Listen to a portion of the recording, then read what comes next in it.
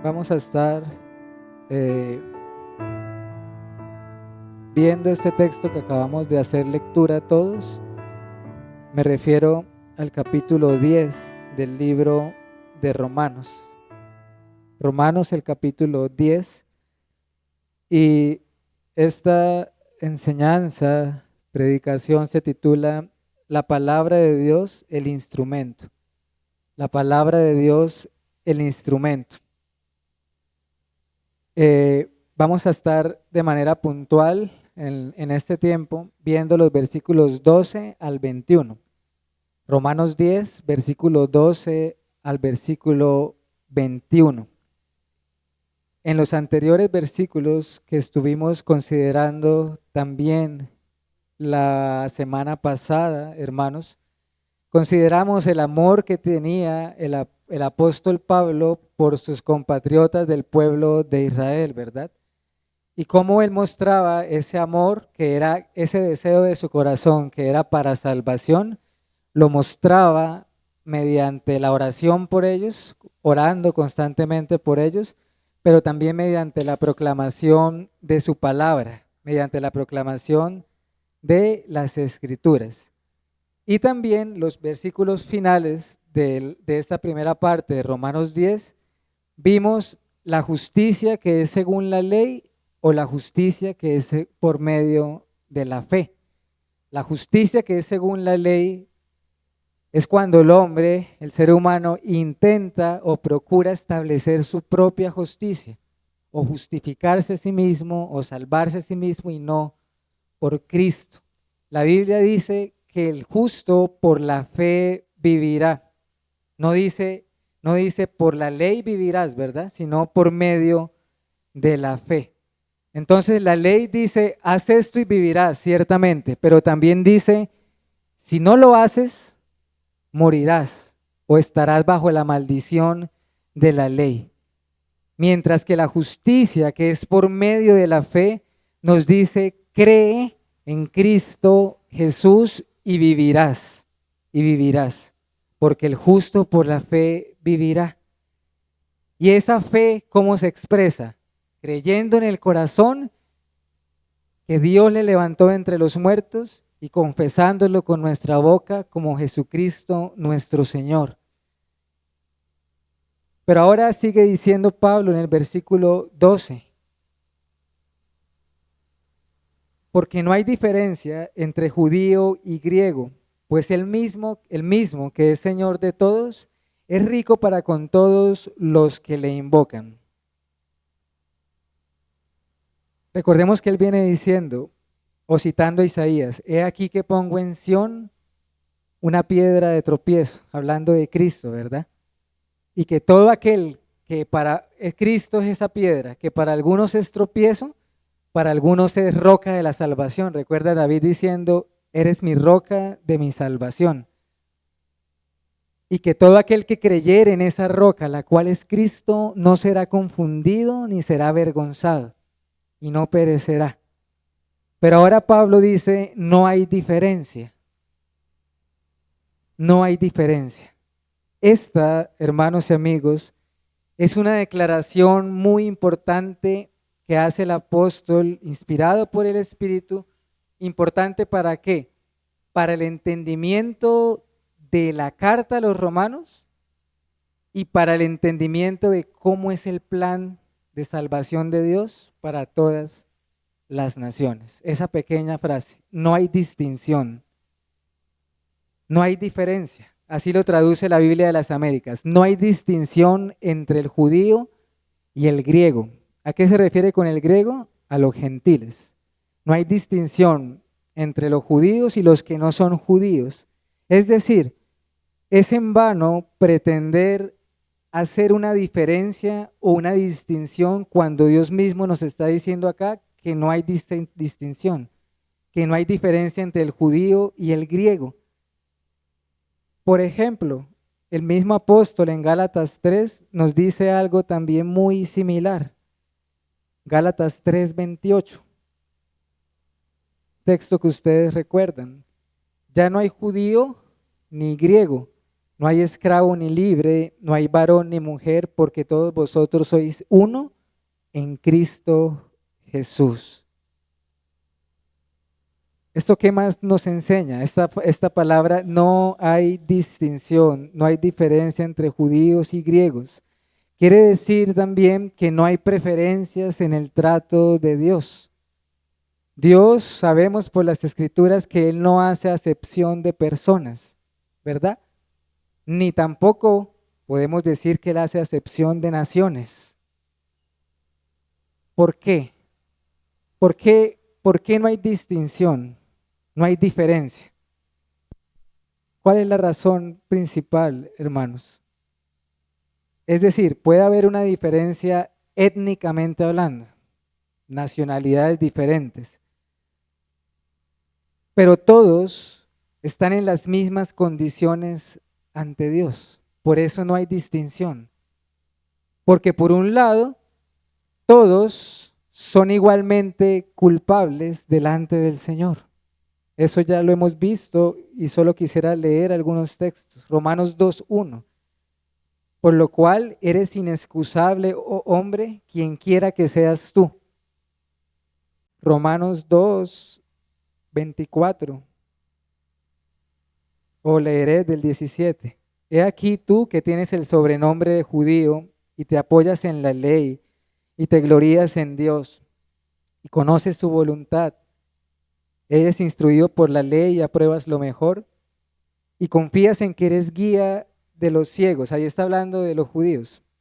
Luz que los que están en tinieblas, instructor de los indoctos, maestro de niños, que tienes en la ley la forma de la ciencia y de la verdad. Tú que enseñas a otro, ¿no te enseñas a ti mismo? Tú que predicas que no se ha de hurtar, hurtas. Tú que dices que no se ha de adulterar, adulteras. Tú que abominas a los ídolos, cometes sacrilegio. Tú que te jactas de la ley, con infracción de la ley deshonras a Dios.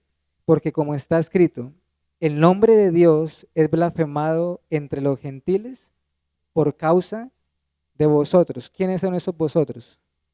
Los judíos. Romanos 3:23. Por cuanto todos pecaron y están destituidos de la gloria de Dios. Entonces, esa es la primera razón por qué no hay distinción. Porque todos son igualmente culpables ante los ojos del Señor de quebrantar la ley. Pero segundo, ¿por qué no hay distinción?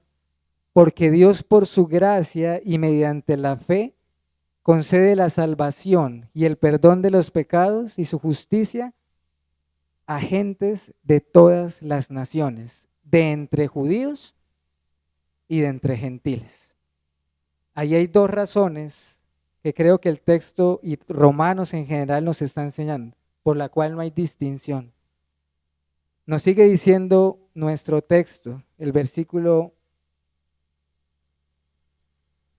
12. Además de esto, también nos dice que Él es Señor de ¿quiénes? De todos. Él es Señor de todos. Por un lado, Dios no es solamente Dios de una nación, o en este caso de nuestro contexto de Israel, sino de todas las naciones. Su reinado es universal. No se limita a un lugar específicamente o a una nación específicamente. Él es Señor también. Ahora bien, no está hablando de todo el mundo. Miren que el texto va hablando de lo general a lo específico. Él es Señor de todos también los que le invocan, todos los que invocan su nombre. Él es Señor de quienes lo confiesan como su Señor. Y siempre ha existido un remanente. Un remanente es una pequeña porción de entre gentiles y de entre judíos que han confesado al Señor, lo confiesan hoy y lo confesarán. Por lo tanto, no hay distinción entre judíos y gentiles también, porque Dios es rico para con todos. No solo para con Israel, también para con los gentiles. Esto nos enseña que Dios es rico en misericordia, dice Efesios 2:4. Dios que es rico en misericordia, por su gran amor con que nos amó, aun estando nosotros muertos en pecados, nos dio vida juntamente con Cristo. Por gracia sois salvos. De manera que Dios es bueno, Dios es bondadoso, misericordioso para con criaturas culpables que han quebrantado su ley. Pero lo que les mencionaba ahorita, esa misericordia, esa bondad es para aquellos que le invocan, que invocan su nombre, su santo nombre. ¿Qué es invocar? Invocar es clamar, invocar es apelar, adorar, buscar ayuda, gritar socorro. Todo esto está dentro de lo que es invocar al Señor. No solamente es nombrarlo. Invocar denota la idea de una angustia, de un clamor que sale del corazón, pidiendo misericordia, pidiendo salvación. Un clamor de angustia de alguien que perece y que clama por socorro, por salvación. Y para todos los que le invocan al Señor de esta manera, la Biblia dice que Él les será propicio, tendrá misericordia y derramará su misericordia. Porque la promesa es, versículo 13, que todo aquel que invoque el nombre del Señor será salvo. Y realmente acá Pablo lo que está haciendo es citar al profeta Joel. Joel 2:32, si quieren anotar la cita, que es lo que Pablo está citando acá, dice lo siguiente: y todo aquel que invocare el nombre de Jehová será salvo, porque en el monte de Sión y en Jerusalén habrá salvación, y como ha dicho Jehová, y entre el remanente al cual él habrá llamado. Aquí está la promesa. Es una promesa que se remonta al Antiguo Testamento, al profeta Joel. Y ese texto dice, todo aquel que invoque, que clame al Señor para salvación, ciertamente será salvo. Por un lado, pensemos en ese todo aquel. Eso incluye desde luego a los judíos, porque el mismo versículo de Joel nos dice, vendrá salvación a Jerusalén. Pero notemos que también nos dice de un remanente, de entre ellos. Pero esta promesa de que todo aquel que invoque el nombre del Señor será salvo, no solo es para los judíos, también es para los gentiles. Prueba de esto es que el apóstol Pedro dijo que lo que sucedió en Pentecostés, el día que se derramó el Espíritu Santo sobre los discípulos, fue el cumplimiento de Joel. Vayamos allá un momento rápidamente. Hechos, capítulo 2. Esto lo menciono, hermanos, para que veamos que todo aquel que invoque el nombre del Señor será salvo. Se aplica tanto para los judíos como para los gentiles. Hechos 2, del 1 al 4. ¿Qué fue lo que pasó? Cuando llegó el día de Pentecostés, estaban todos unánimes juntos, y de repente vino del cielo un estruendo como de un viento recio que soplaba, el cual llenó toda la casa donde estaban sentados, y se les aparecieron lenguas repartidas como de fuego, asentándose sobre cada uno de ellos. Y el verso 4. Y fueron todos llenos del Espíritu Santo, y comenzaron a hablar en otras lenguas según el Espíritu les daba que hablase. Cuando pasó esto, ¿se acuerdan que empezaron a decir, qué les pasa? Están borrachos, están ebrios. Y miren lo que dijo Pedro en el versículo 16 del mismo capítulo, Hechos 2. Esto es lo dicho por el profeta Joel. Y en los postreros días, dice Dios, derramaré de mi espíritu sobre toda carne, y vuestros hijos y vuestras hijas profetizarán, vuestros jóvenes verán visiones, vuestros ancianos soñarán sueños, y de cierto sobre mis siervos y sobre mis siervas en aquellos días derramaré de mi espíritu y profetizarán. Y daré prodigios arriba en el cielo y señales abajo en la tierra, sangre y fuego y vapor de humo. El sol se convertirá en tinieblas y la luna en sangre, antes que venga el día del Señor, grande y manifiesto. Y el versículo 21. Y todo aquel que invocar el nombre del Señor será salvo. Para Pedro, ¿cuándo se cumplió la profecía de Joel? Ese día de Pentecostés, cuando vio que judíos y gentiles invocaban el nombre del Señor. Y la promesa es esta, iglesia y amigos, y serás salvo. Es la misma promesa que vimos cuando confesares con tu boca y creyeres en tu corazón, serás salvo. Esto es una gran noticia, ¿no creen? Qué gran promesa. La Biblia no nos está diciendo, haz esto, haz esto, haz esto y vivirás. No dice, sálvate a ti mismo. Lo que nos está diciendo la Biblia es, clama por salvación y clama por un Salvador. Y ciertamente lo tendrás.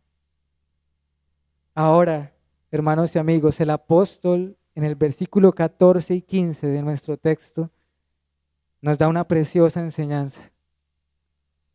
Él empieza a establecer una conexión en cuanto a cómo es que el Señor hace todo esto, cómo es que el Señor salva y llama a una persona.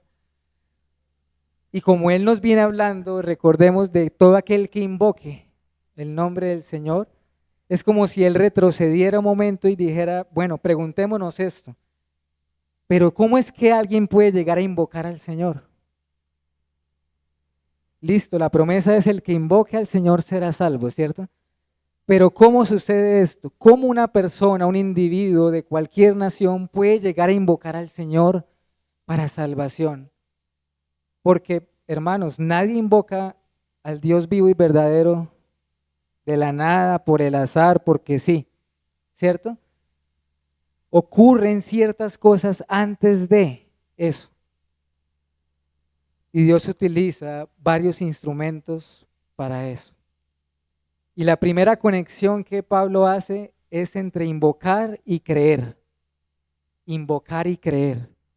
¿Cómo podemos invocar en aquel quien no creemos? ¿Cómo podrá alguien invocar en aquel que no cree? No es posible. Para invocar de verdad, bueno, acá me refiero a invocar de verdad, ¿no? De corazón. Porque sabemos que una persona puede decir Señor, Señor, y no significa nada. Nuestro contexto invocar es invocar genuinamente, verdaderamente.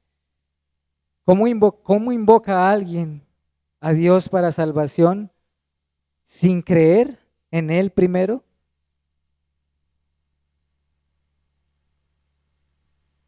Cuando se invoca es producto de una convicción de corazón.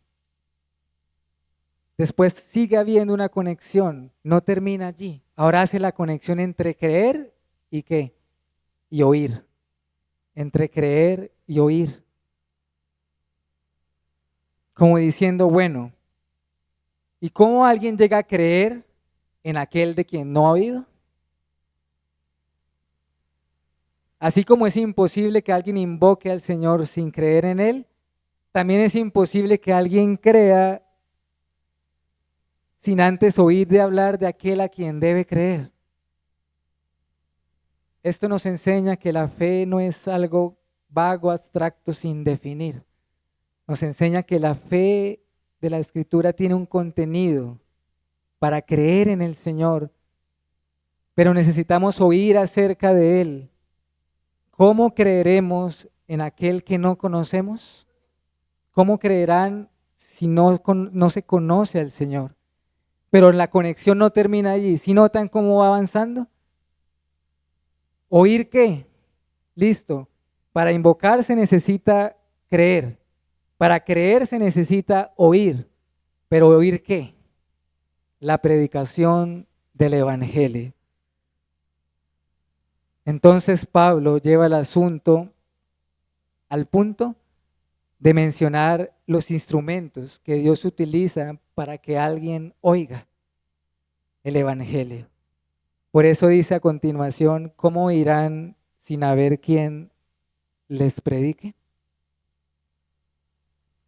¿Cómo habrá predicación sin quien predique? Esto tiene una razón de ser y la encontramos en 1 Corintios 1:21. Ya que en la sabiduría de Dios, el mundo no conoció a Dios mediante la sabiduría. Y miren acá lo que dice, 1 Corintios 1:21, sino que agradó a Dios salvar a los creyentes por la locura de la predicación. Hermanos y amigos, Dios ha establecido un medio para llamar a los hombres, a las mujeres, a las personas, a salvarles, para llamarles al arrepentimiento. Y es la predicación de su evangelio,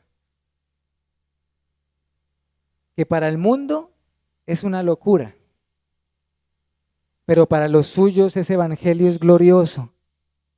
Notemos cómo existe un orden acá.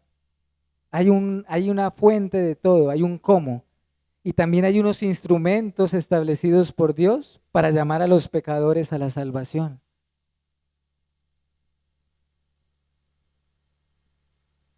Sin embargo, también nos dice algo el versículo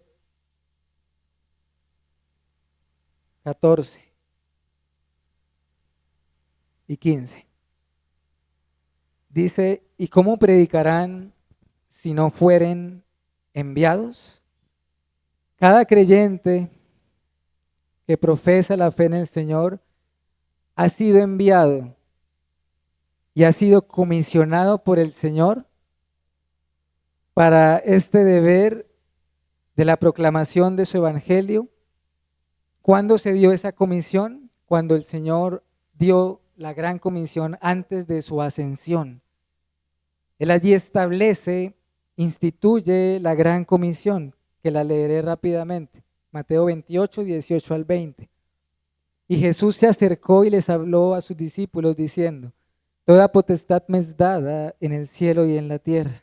Por tanto, id y haced discípulos a todas las naciones, bautizándolos en el nombre del Padre, del Hijo y del Espíritu Santo, y enseñándoles que guarden todas las cosas que os he mandado.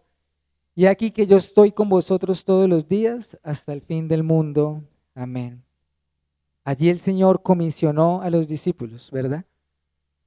Pero también esta frase, ¿cómo predicarán si no fueren enviados? También tiene una connotación de iglesia. Es decir, este texto también implícitamente nos está enseñando que todo intento de evangelización o misionero, de alguna manera, tiene que estar en una conexión ¿con qué? Con una iglesia local también. Tiene que tener una conexión con una iglesia para ser enviados. Es decir, no puede ser aislado de la iglesia. Y después él dice las hermosas palabras, cuán hermosos son los pies. Y él lo que está haciendo allí es citar a Isaías nuevamente, Isaías 52:7.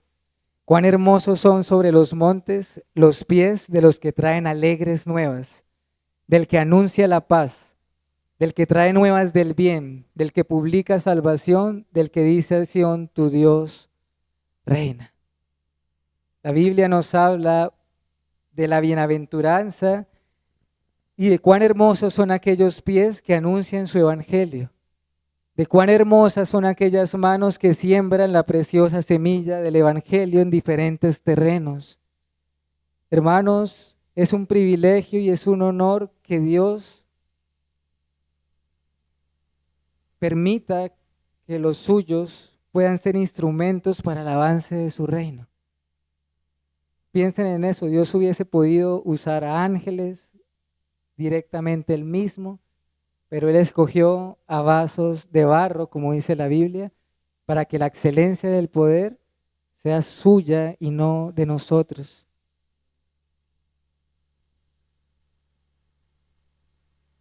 Hermanos, eso vale más que cualquier cosa en este mundo. Poder ser usado por el Señor para traer a una sola alma en nuestra vida, una sola alma, conducirla a Cristo, vale más que cualquier otra cosa en este mundo. Porque la Biblia dice que en el cielo hay gozo cuando un pecador se arrepiente.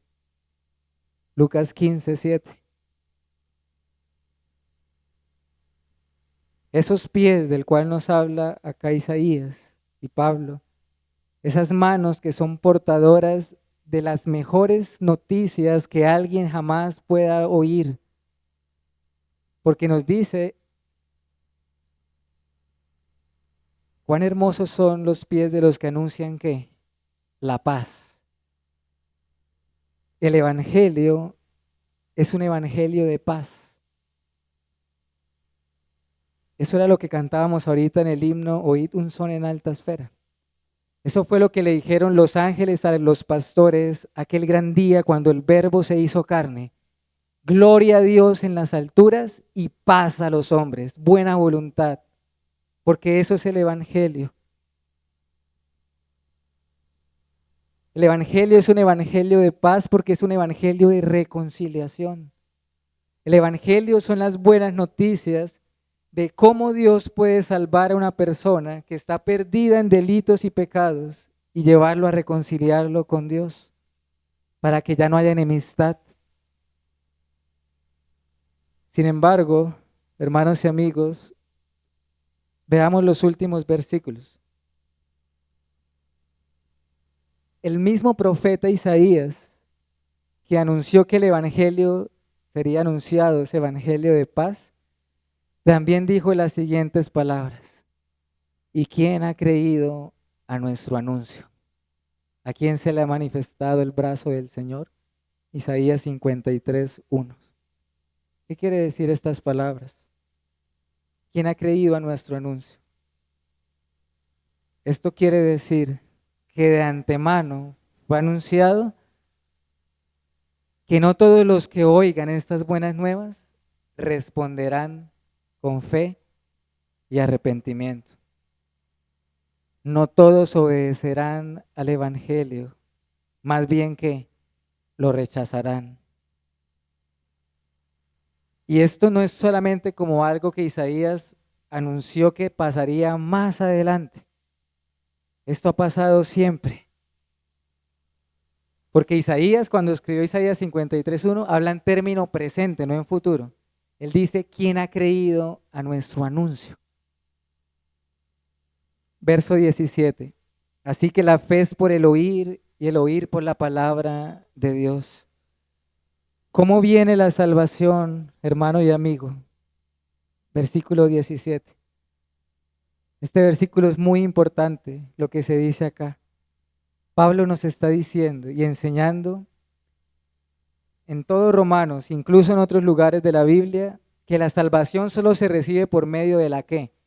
De la fe, ¿cierto? La justificación por la fe es uno de los grandes temas de la carta a los romanos. Pero nos está diciendo ahora que esa fe nace o se origina solamente del oír la palabra de Dios, del exponernos al Evangelio de Cristo. El hecho de que la salvación solo sea por fe implica que debe existir sí o sí una exposición, estar expuestos al Evangelio y a las Escrituras y a Cristo. De alguna manera, ya seas tú abriendo tu Biblia y la Biblia hablándote, o ya sea con un predicador o con un misionero o con un creyente, pero siempre el instrumento va a ser la palabra de Dios. ¿Qué nos enseña esto? Que no hay otra forma, no hay otro camino. No es que algunos pueden ser salvos por allá, por otros medios extraños, no.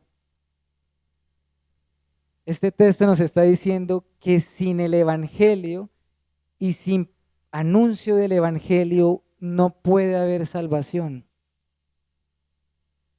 porque ese es el medio que Dios estableció.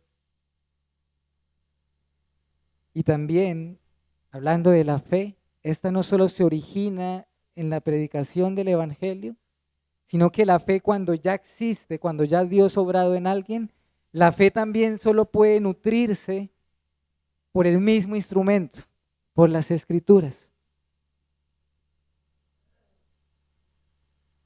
De modo que nadie puede ser salvo sin creer en el Evangelio. Ese es el instrumento que nuestro Dios ha establecido, hermanos, para que hayan conversiones y para edificar a su pueblo. Siempre ha sido así y siempre será y continuará así hasta su venida. La palabra de Dios, la Biblia y la persona del Espíritu Santo, quien aplica esa verdad al corazón, es como Dios obra para salvación. Ahora bien, este versículo 17, la fe viene por el oír y el oír por la palabra de Dios, solo se aplica para quienes Dios llama también eficazmente a su corazón. Es decir, el versículo 17 no está diciendo que todo aquel que oiga el Evangelio creerá en él. Por eso Pablo precisamente en el versículo anterior viene diciendo, no todos han obedecido al Evangelio.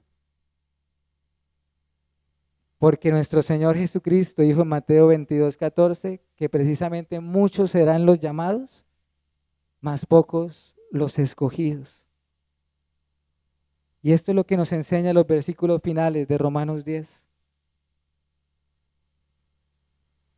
No todos los que son llamados externamente mediante la predicación del Evangelio, también son llamados internamente por el Espíritu Santo. Es verdad, sin la palabra de Dios no hay fe, pero esta solo nacerá en aquellos en quienes Dios obre poderosamente. Y el ejemplo de esto es los judíos y los gentiles. No todos han obedecido al Evangelio. Tanto en el Antiguo Testamento muchos no obedecieron el Evangelio, de entre judíos y de entre gentiles. En el Nuevo Testamento lo mismo y después en la era posapostólica, después de los apóstoles y hasta hoy, lo mismo. En el caso de los gentiles, no todos han obedecido el Evangelio, pero ciertamente todos los hombres, sin excepción,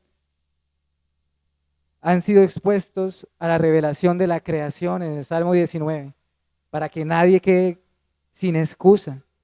Pero Dios, hermanos y amigos, también se ha encargado no solo de darnos un testimonio por la creación, sino que Él mismo se ha encargado de que su revelación especial, la Biblia, llegue a los fines de la tierra. Hasta los fines de la tierra, porque así lo prometió el Señor. ¿Recuerdan?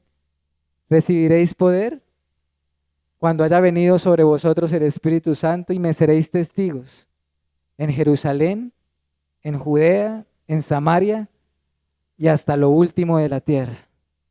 Hechos 1:8.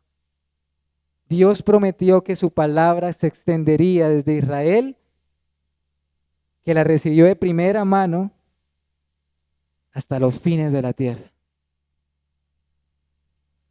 Pero resulta que el versículo 19 de nuestro texto, Romanos 10:19, nos dice, Israel también lo oyó. ¿Qué oyó? Lo que estamos hablando, el anuncio del Evangelio. Y en esos versículos del 19 al 21 vemos expresada la incredulidad de Israel. No solo los gentiles han oído el anuncio, las buenas nuevas de salvación, y algunos de ellos lo han rechazado, sino que también Israel lo oyó, nos dice el verso 19. ¿Qué oyó Israel? El mismo Evangelio. El Mesías que tanto anhelaban, ansiaban, esperaban, lo han rechazado y lo siguen rechazando. Por eso dice, desecharon la piedra angular. Pero algunos entre ellos obedecieron al Evangelio. Cual Abraham, cual David, e innumerables hombres y mujeres. Israel es más responsable, sí, porque tuvo más luz que las otras naciones. Pero lo que hablábamos al principio, no hay distinción.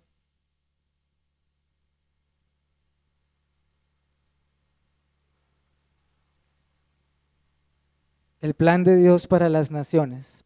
Con esto quiero finalizar. Hay algo importante, hermanos. Notemos que desde el Antiguo Testamento se profetizó y se anunció de antemano el plan de Dios y a quienes incluía ese plan. Y Pablo acá empieza a citar Deuteronomio, vuelve a citar Isaías, y con ello demuestra que los gentiles eran parte de su pueblo desde el Antiguo Testamento. Pues dice que se dejaría hallar y encontrar por aquellos que no le estaban buscando. Pero con respecto a Israel, el Señor da su diagnóstico. Todo el día extendió su mano a un pueblo rebelde, desobediente, infiel. En otros lugares de la Biblia le llama de dura cerviz, necios. Y el texto ciertamente nos dice que Dios ha usado a lo largo de los siglos, no solamente en este tiempo, usó a los gentiles para despertar celos a Israel. Por eso los judíos, por esos celos los judíos no soportaban la idea, la sola concepción de pensar en un gentil pagano como parte del pueblo de Dios.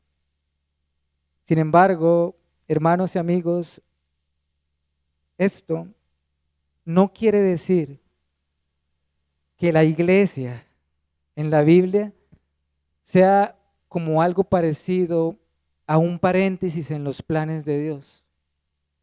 No es como si el Señor hubiera tratado con Israel, pero a causa de su incredulidad, entonces surgió la idea de la iglesia, como si fuese un plan B. De ninguna manera.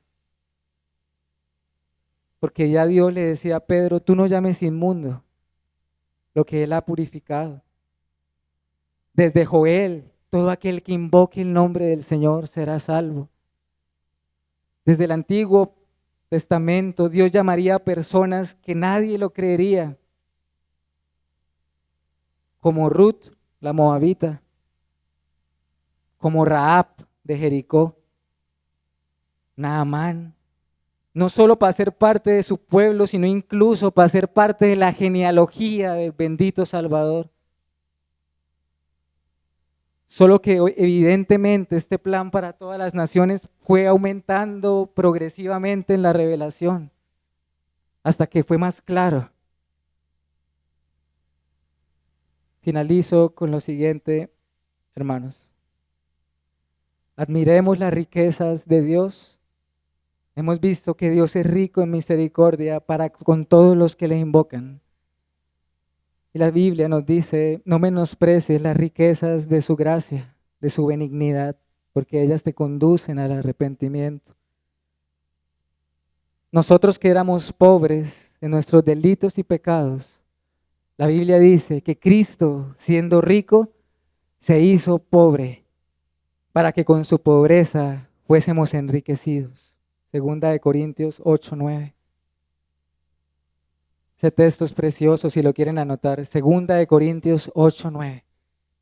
Para que por su pobreza nosotros fuésemos enriquecidos. ¿De cuáles riquezas nos habla?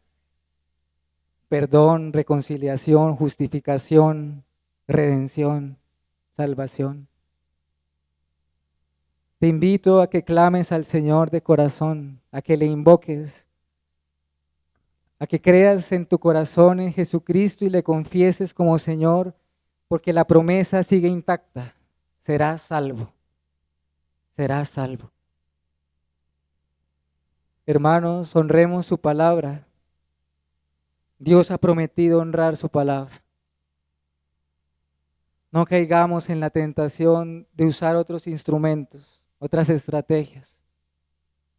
Este libro y su mensaje ha sido, es y seguirá siendo el único instrumento de Dios para llamar a los suyos.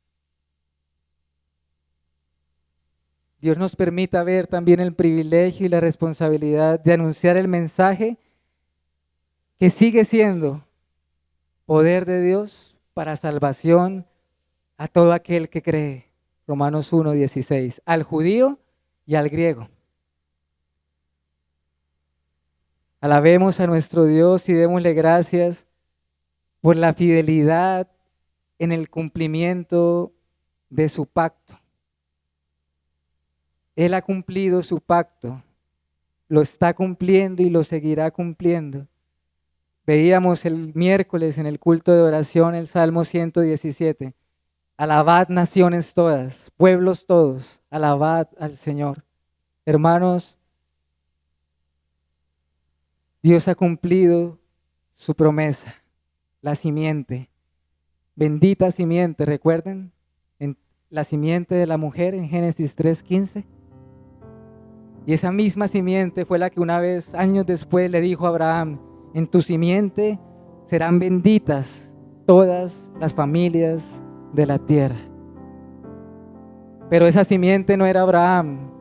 Pablo en Gálatas 3:16 dice, esa simiente habla de una sola.